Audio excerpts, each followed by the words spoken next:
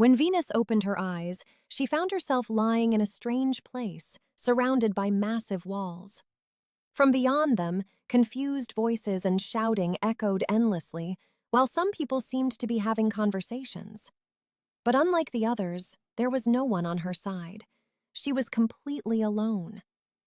Before she could understand the situation, a mysterious figure appeared high in the sky. "Welcome to Grid Island." The figure announced that 199 players had been brought here to complete missions for the next 180 days. Then came the real shock. "The apocalypse is coming."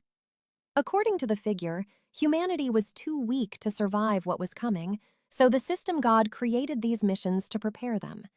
After each mission, players would receive rewards, and those who completed the final mission would gain unimaginable power capable of facing the apocalypse. After saying that, the figure disappeared.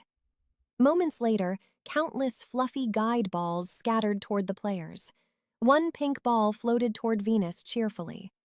"Hi, Player 199, I'm Guide 100. Venus quickly learned something was wrong. Each grid was supposed to contain 2 players, but due to a system error, she had been left alone.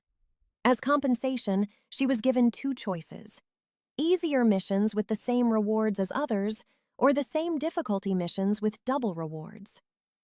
After hearing there would be 30 missions in total, Venus chose the harder path without hesitation. If the apocalypse was truly coming, she needed every advantage she could get. Guide 100 then told her to rest in the shelter behind her before the first mission. The shelter was small and empty, containing only an old bed, a clock, and a bathroom. Sitting on the bed, Venus thought about her family and became even more determined to survive until the end and gain enough power to protect them. 1 hour later, Guide 100 returned. First mission: find 5 edible fruits before sundown. The rewards instantly caught Venus's attention.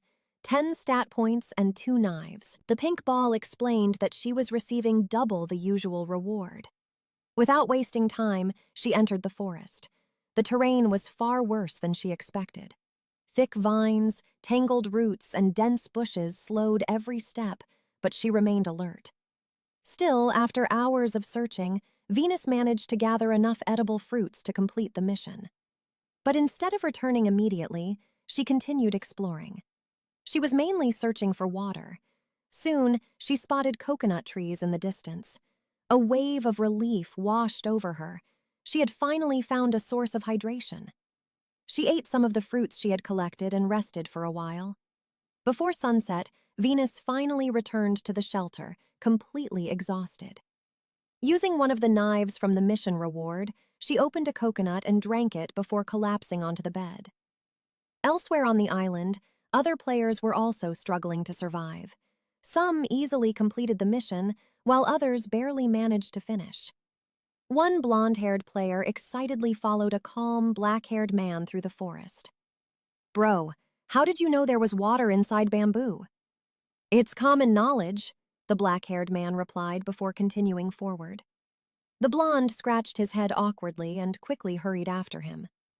The next morning, Venus opened the system status window. Strength, 6. Agility, 7. Endurance, 5. Mental, 8.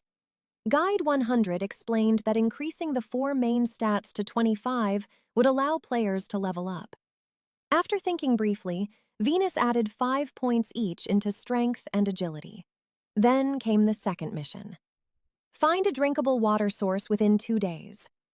The reward was even better this time: 20 stat points and an inventory subspace. Venus noticed this time the mission gave 2 days, meaning the water source was likely deep within the forest, somewhere much farther than she had explored before. After packing fruits, coconuts, and her knives, Venus stepped outside once again, and this time she walked deeper into the forest.